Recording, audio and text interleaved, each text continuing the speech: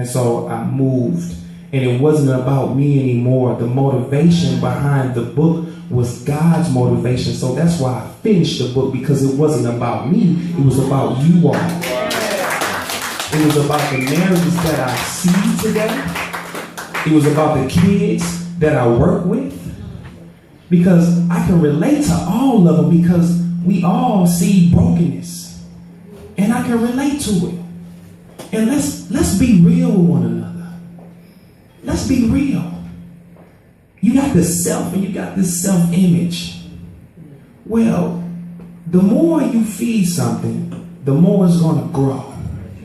So I'm dealing with myself, and then you got this image over here.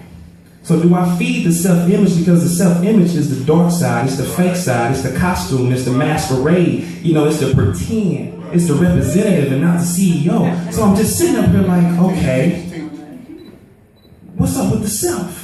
All my life I've been dealing with like truth. I like truth, but then again I was lying to myself because I didn't trust myself, and I see some of these kids that don't have the confidence. So I'm like, you know what? We're in a relationship, we're in sessions and all this kind of stuff, and I'm talking to some kids and I ask, does it feel good to have sex with these girls because you got them pregnant and you're 16 to 17 years old? I said, does it feel good? He said, yeah.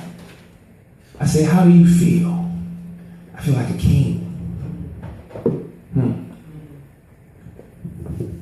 Our lack of, you feel good by pleasing and having sex with a lady. That's why we're making babies.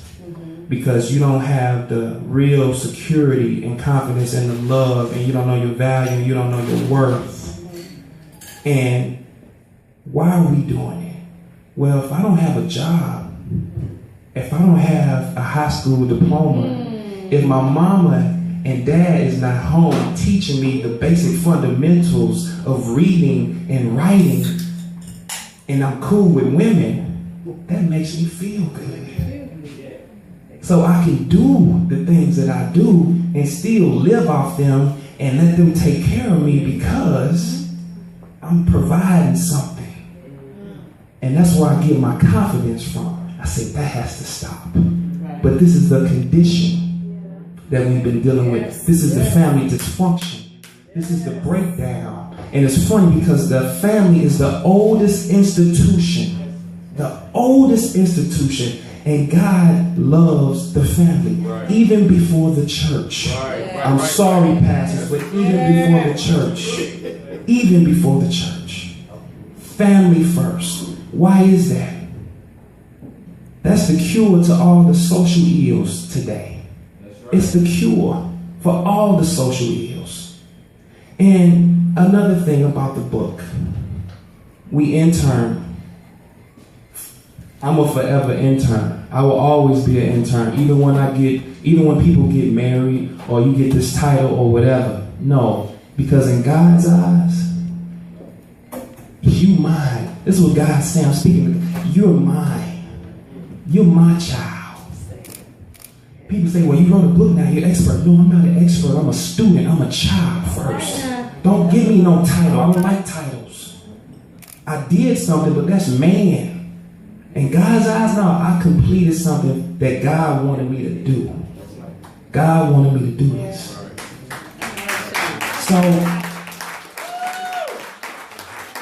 I wanted to get on track. I just had to go because me and Coach and everybody was like, hey, Sean, what you gonna say? How you feeling? And I just wanted to come in spirit and truth. Yes. Because the spirit, I have to know myself in order to deal with my spirit. Because I can't connect to God if my spirit is not in order and if it's not right. But God can't get to me because I'm feeding that self-image.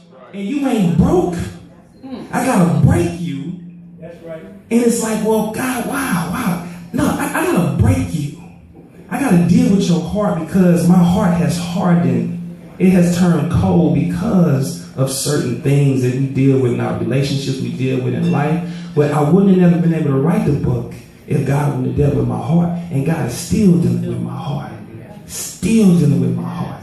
I've been studying and working and looking at the book of Hosea. And we know, if y'all know the book of Hosea, Hosea had to marry a prostitute.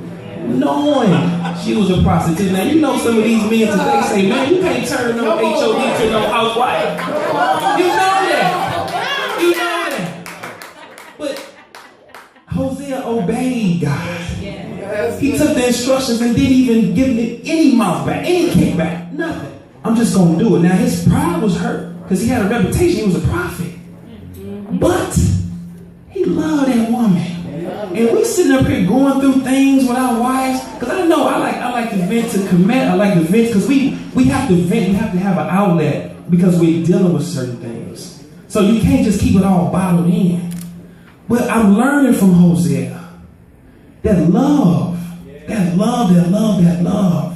There's something about loving and sticking to it and taking the order from God.